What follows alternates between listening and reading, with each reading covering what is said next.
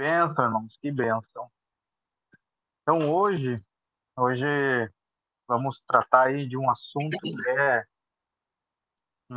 que é o nosso próprio Deus, né? Que a Bíblia diz que Deus é amor, é esse amor gigantesco aí que amou o mundo de tal maneira.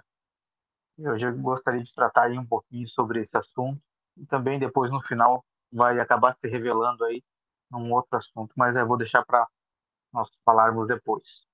Para os irmãos que vão assistir essa reunião aqui na internet, sejam todos muito bem-vindos. Meu nome é Rony.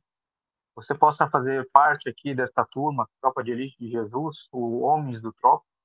Você seja sempre muito bem-vindo, que você seja abençoado e edificado na sua vida através das reuniões, da palavra que é compartilhada aqui, através de cada irmão. Amém? Glória a Deus. Irmãos, então, eu peguei um texto aqui, né? Como nós vamos falar aí em relação ao amor. Tem muitos e muitos textos, né, que nós poderíamos estar citando aqui, mas eu separei um aqui e ele é interessante esse texto, muito interessante. Ele está lá em João 11, acredito que todos conhecem aqui a história de Lázaro. João 11, quero ler aqui a partir do versículo 20. Acredito que a maioria aqui conhece essa história, onde que esse Lázaro ele teve uma enfermidade, né? E os homens avisaram Jesus, né, dessa enfermidade de Lázaro. E a gente costuma dizer, né, que o Senhor ele se atrasou uns dias para chegar, mas não, é só uma figura de linguagem, né? A gente sabe que o Senhor ele é Senhor até mesmo do tempo. Ele sabe todas as coisas. O Senhor ele não está atrasado nem adiantado. Ele levou o tempo necessário, né, para que aquilo se cumprisse. E ele chegou lá e Lázaro, então, veio a falecer. É engraçado, né, que em todos os textos que a gente vê ele falando com os discípulos e com as pessoas com quem ele vai encontrando, quando ele sempre começa conversando e tentando levar a pessoa, né, para uma conversa espiritual, tentando mostrar a eternidade, mostrar o lado espiritual. E no início as pessoas parece que não compreendem muito bem, parece que vai daqui a pouco pega no tranco e aí compreendem, né? Parece que viram a chave e conseguem compreender. Aqui é a mesma coisa ele fala, né? Que Lázaro ele estava dormindo, ele não estava morto, mas dormia. E os discípulos entenderam então, mas então se ele dorme ele vai ficar bem, achando que ele estava falando do dormir em repousar somente, né?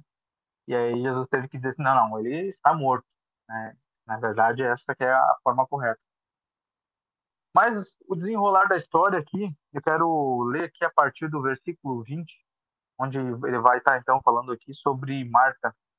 Vai dizer assim: ouvindo então Marta que Jesus vinha, foi ao seu encontro, mas Maria ficou assentada em casa. Então, irmãos, só quero fazer uma pausa aqui porque eu quero lembrar de algo. Se você voltar um pouquinho aqui no capítulo 11 mesmo, só que no versículo 1, ele vai dizer assim: ora, havia um certo homem enfermo chamado Lázaro, que é o início de que eu estava falando, de Betânia, da aldeia de Maria e de sua irmã Marta. Aí, versículo 2 vai dizer assim: ó, era aquela Maria que ungiu o Senhor com unguento e secou os seus pés com os seus cabelos, cujo irmão Lázaro estava enfermo. Eu achei isso muito tremendo, porque, né, eu quero comentar isso, que me veio à mente agora, antes de nós prosseguir na leitura, e a gente sabe aqui do desenrolar da história, nós só vamos ver alguns detalhes, mas a gente sabe, né, que Lázaro, então, ele foi ressuscitado. Mas o que me chamou a atenção é que, irmãos, tudo que você faz para o Senhor, tudo, tudo que você faz, qualquer coisa que você fizer para o Senhor, assim como aqui no texto, né, Maria, aquele ato que ela fez para ele, observe que agora ela teve o favor do Senhor, né? Foi para Lázaro, mas recuperou o irmão. Então, irmãos, quando nós fazemos nada do que nós fazemos para o Senhor, passa em branco, passa batido, passa desapercebido para o Senhor. Nada. Tudo que você faz pode ter certeza que está sendo lá contabilizado, que o Senhor está vendo. E você vai ter sempre o favor para você, pessoalmente, ou para aqueles que te cercam, ou para aqueles que você intercede. Você terá o favor do Senhor. Amém? Vamos seguir ali? Versículo 21. Então disse Marta a Jesus: Senhor, se tu estivesses aqui, meu irmão não teria morrido. Mas agora sei tudo quanto pedirdes tudo quanto pedirdes a Deus, Deus te concederá. Disse-lhe Jesus: Teu irmão há de ressuscitar. Disse-lhe Marta: Eu sei que ele há de ressuscitar na ressurreição do último dia. Ela aqui ela estava falando, olha como vê que ela não era desentendida do assunto. Aqui ela já estava falando lá no fim dos tempos, quando Jesus voltasse, mas ele não estava se referindo a esse período. E aí ela diz assim, ele disse no versículo 25, disse-lhe Jesus: Eu sou a ressurreição e a vida. Quem crê em mim, ainda que esteja morto, ele viverá. Quem crê em mim, ainda que esteja morto, ele viverá. E todo aquele que vive e crê em mim nunca morrerá. Crê, crês tu nisso? Aqui ele estava pedindo se ela cria nisso que ele estava falando. E aí olha o que ela diz. Disse-lhe ela: Sim, Senhor, eu creio que tu és o Cristo. Só que olha a resposta dela. A resposta dela ela disse que cria nele, mas não respondeu aquilo que ele tinha perguntado. O Filho de Deus que havia de vir ao mundo. E tendo ela dito isso, seguia o seu caminho. E chamou secretamente a Maria, sua irmã, dizendo: O Mestre está aqui e te chama. Assim que ela ouviu isso, levantou-se depressa e foi até ele. Ora, Jesus ainda não tinha chegado à aldeia, mas estava no lugar onde Marta o encontrara. Os judeus, pois, que estavam com ela na casa e a consolavam, vendo que Maria se levantara e saíra apressadamente, seguiram-na, dizendo: Ela vai ao sepulcro para chorar ali. Tendo, pois, Maria chegado onde Jesus estava e vendo, ela lançou-se aos seus pés, dizendo: Senhor, se tu estivesses aqui, meu irmão não teria morrido. Quando Jesus, pois, é, quando Jesus, pois, a viu chorar, e choravam também os judeus que vinham com ela, comoveu-se em espírito e conturbou-se. Isso aqui, irmão, é algo muito tremendo. Porque, primeiro, nós temos que perceber algo que, para elas chorarem até ok, porque eram irmãs, mas para aqueles que acompanhavam também chorar, quer dizer que ele era um cara muito querido ao redor. Era um homem de bem, era um homem de apreço. Porque senão, caso ao contrário, o pessoal não ia estar tendo esse sentimento, né, em relação à morte. E veja que Jesus, né, vendo aquela situação, se encheu, né, de compaixão por eles. Versículo 34. E disse: Onde o pusestes? E eles disseram, Senhor, vem e vê. E Jesus chorou. Irmão, são poucas as passagens nas escrituras que fala que Jesus chorou.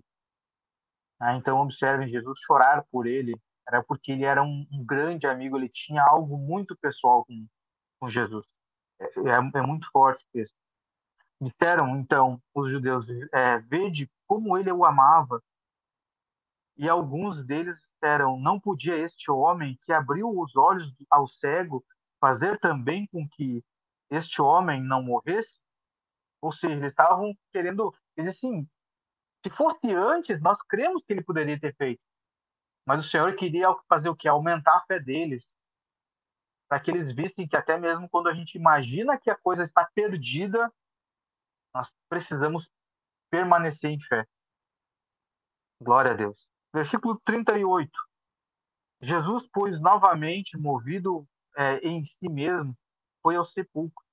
Era uma caverna e tinha uma pedra posta sobre ela. É engraçado uma pedra posta sobre ela, porque a gente costuma, né, falar, ou ouvir falar, né? Não, vamos colocar uma pedra nesse assunto. Tipo, vamos encerrar esse assunto, né? E aqui ele dá esse mesmo sentido. Pôs a pedra, pronto, acabou. Acabou. Mas aqui Jesus disse no versículo 19: Tirai a pedra, ou seja, não é o fim. Tirai a pedra. Marta, irmã daquele que estava morto, disse-lhes: Senhor, a essa altura ela cheira mal, ele cheira mal, porque ele está morto há 4 dias. Há 4 dias. Irmãos, vou só dar uma pausa aqui. Quando eu estava lendo esse texto aqui, quando eu cheguei nesta parte, o Senhor fez eu pensar em Lázaro como se fosse a humanidade inteira, né? Por quê? Porque primeiro que nós já estávamos mortos, né? E o Senhor que nos gerou vida. E aqui, se você observar, quando ele diz 4 dias, tem uma passagem lá em 2 Pedro, eu quero ler com vocês lá, 3, 2 Pedro 3, versículo 8. Ele vai dizer assim: Mas, amados, não ignoreis uma coisa, que um dia é para o Senhor como 1.000 anos, e 1.000 anos como um dia. O Senhor não é tardio, olha só, o Senhor não é tardio a respeito de sua promessa. Ainda que alguns homens a tenham por tardia, mas é longânimo para conosco, não querendo que nenhum se perca, senão que a todos cheguem ao arrependimento. Olha que tremendo esse texto. O Senhor ele não é tardio. E observe que para Deus, né, ele fala ali como que um dia, como se fosse 1.000 anos, ou 1.000 anos como se fosse um dia. E aí, se você observar, vamos, né, conjecturar aqui, transformar esses 4 dias em 4.000 anos. Irmãos, 4.000 anos é aproximadamente, eu nem cheguei a pegar ali os dias certos e tal, o valor certo que dá, desde a queda de Adão até Jesus, tá? Aproximadamente 4.000 anos. Então, quando eu vi isso aqui, o Senhor me levou a, a colocar, digamos assim, a imagem de Lázaro como se fosse da humanidade. E cabe direitinho, porque, irmãos, a todo esse período o povo vinha morrendo, morrendo, morrendo.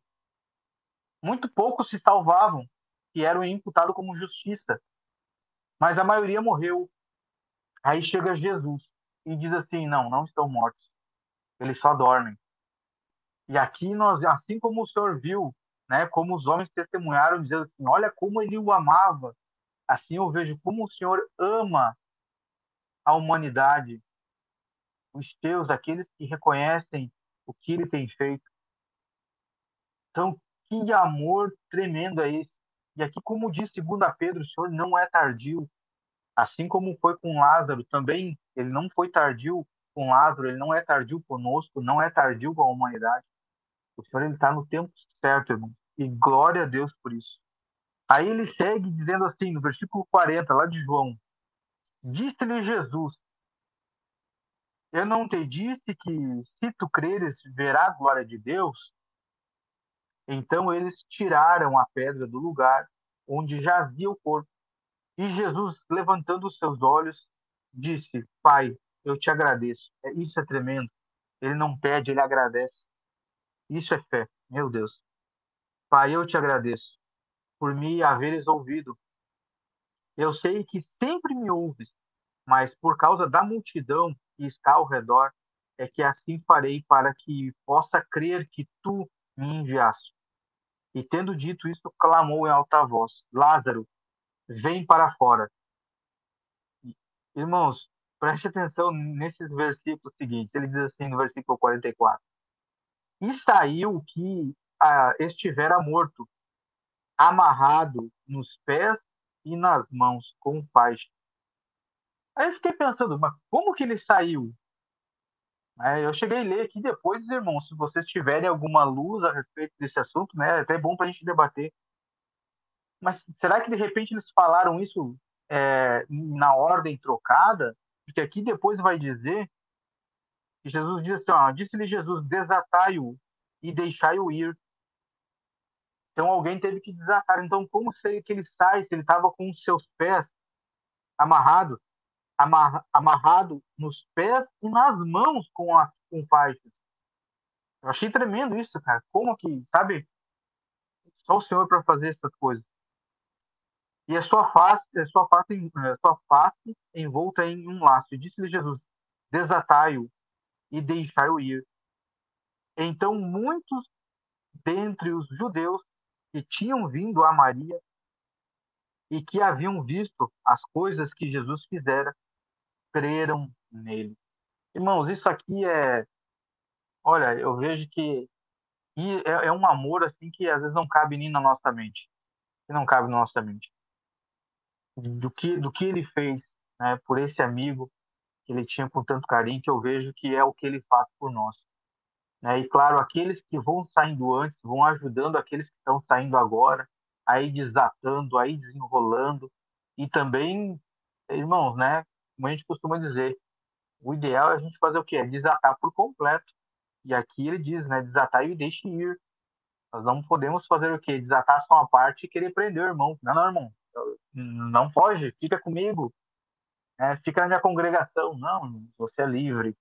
Você está desatado por completo. Você é livre para fluir no corpo. Glória a Deus. Deixa eu trazer aqui um outro texto, que é um texto muito famoso, né? Está lá em 1 Coríntios,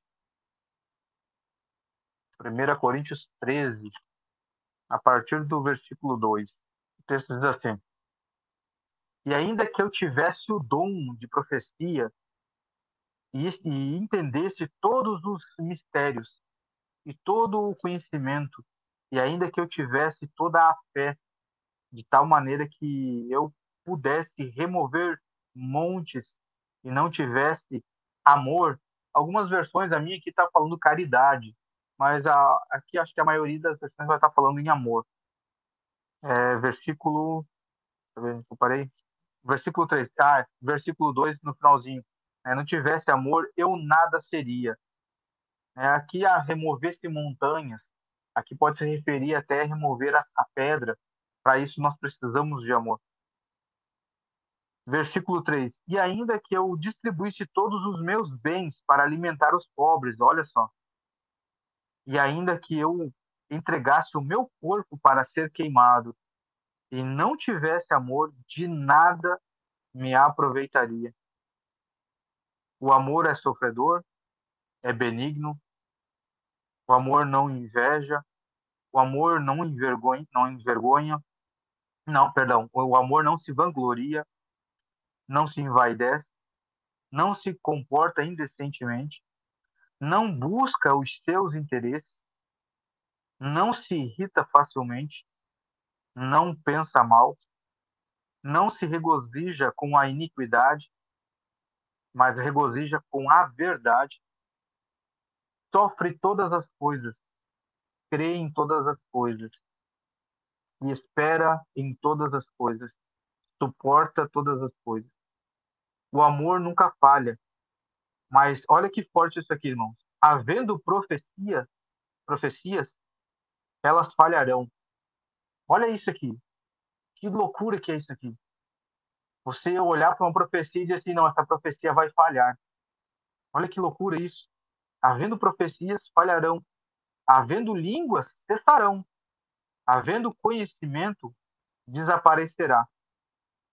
Porque em parte conhecemos e em parte profetizamos.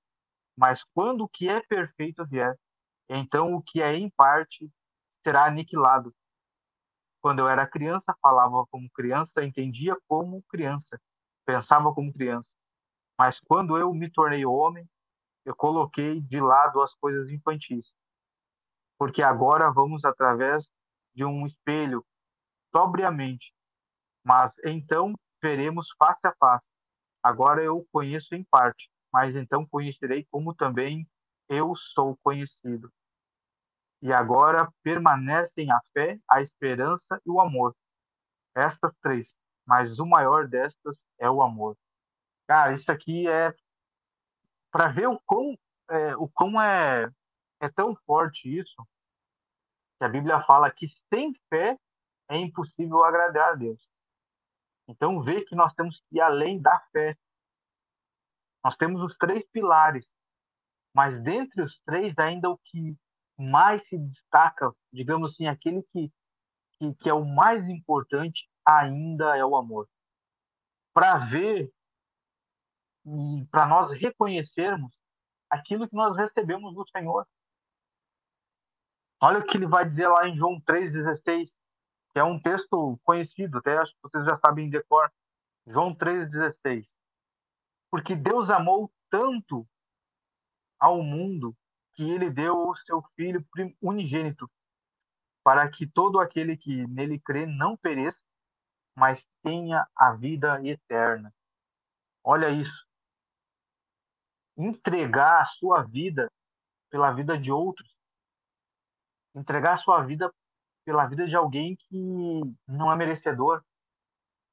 Porque, irmãos, ali nessa situação de Lázaro também nós observamos uma coisa, que Lázaro era um amigo, creio eu, um amigo muito íntimo de Jesus, que era um amigo que Jesus amava muito, né?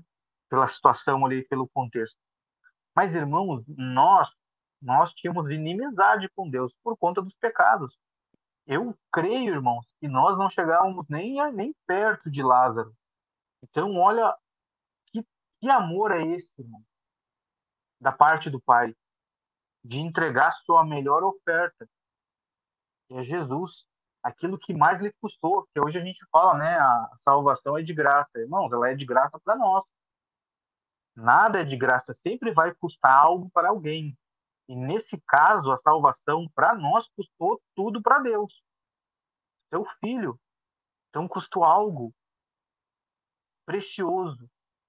Então, irmãos, isso é para nós refletirmos que o Senhor, ele já, primeiro, ele já nos amou na eternidade. Então nós não podemos ter dúvida acerca disso. Vamos seguir aqui, quero passar mais um texto, está lá em Romanos, Romanos 5:8. Já estou encerrando, irmãos. Bem breve hoje a palavra. Romanos 5:8. Mas Deus demonstra o seu amor para conosco em que, sendo nós ainda pecadores, Cristo morreu por nós. Irmãos, olha, para nós construir, ter esse caráter de nós conseguir entregar a nossa vida por alguém, e principalmente às vezes por alguém, né, que te ofendeu, ou alguém, né, vamos generalizar em relação até aos pecados, alguém que talvez não fez boa coisa aos nossos olhos, é difícil, irmão. Nós fizemos tudo, todas as coisas más aos olhos do Senhor. E mesmo assim, ele não nos deixou perecer. Talvez muitos ainda que ainda não chegaram ao Senhor, que não tiveram acesso ao Cristo, podem estar pensando ali, né, como os judeus, como Marta, ah, Senhor, já está com mau cheiro, não tem mais jeito, já fazem 4 dias, já passou do tempo. Só que aí nós temos que lembrar também algo que o Senhor fala aqui para Marta. Tu crer, se tu creres, e ele pede, você crê? Então eu vejo, irmãos, que até para você experimentar o amor de Deus, precisa ter a fé. Que aqui também fala daqueles 3 pilares, a fé está inclusa. E aqui para Marta, observa que parece que eles estavam crendo até um ponto, só até antes de Lázaro morrer. Só que o Senhor queria levar eles além, dar um passo adiante. E para isso o Senhor teve que fazer eles experimentarem essa situação, para que eles aumentassem a fé e experimentassem do verdadeiro amor do Senhor. Porque, irmãos, nós precisamos entender que nós mesmos, às vezes, não compreendemos o quão grande é o amor de Deus. A gente não compreende. A gente não compreende. Porque, às vezes, também, se tu observar, se tu olhar para um filho, às vezes o filho também não compreende tamanho é o amor de um pai. Quantas vezes, às vezes tu fala para o filho assim, tu só vai entender quando você for pai.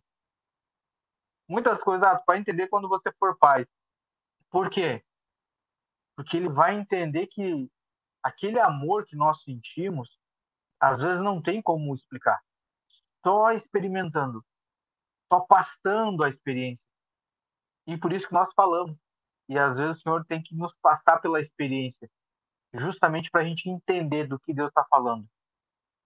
O que Deus quer transferir do coração dele para o nosso. Porque às vezes com palavras, tem uma palavra que eu até já comentei aqui uma vez, que tem uma palavrinha que eu tinha lido aqui uma vez, que ela diz assim, é inefável. Essa palavra inefável, ela quer dizer assim, que não pode ser expressada por palavras. E eu vejo que às vezes o amor de Deus é isso. O amor de Deus às vezes é inefável, que não tem como você expressar com palavras, só você vivendo. Então o amor de Deus por nós, irmão, nós sabendo da onde nós saímos, da onde ele nos tirou, tudo que nós fizemos e ainda fazemos de vez em quando. Ainda damos as nossas escorregadas. E mesmo assim ainda ele permanece conosco. Esse é o amor do nosso Pai. Louvado seja o nome do Senhor. Glória a Deus, irmãos. Hoje a palavra é um pouquinho mais curta, mas eu gostaria de falar mesmo sobre esse assunto, sobre o amor, para que a gente reflita sobre isso. Quão grandioso é esse amor do Pai por nós. Amém?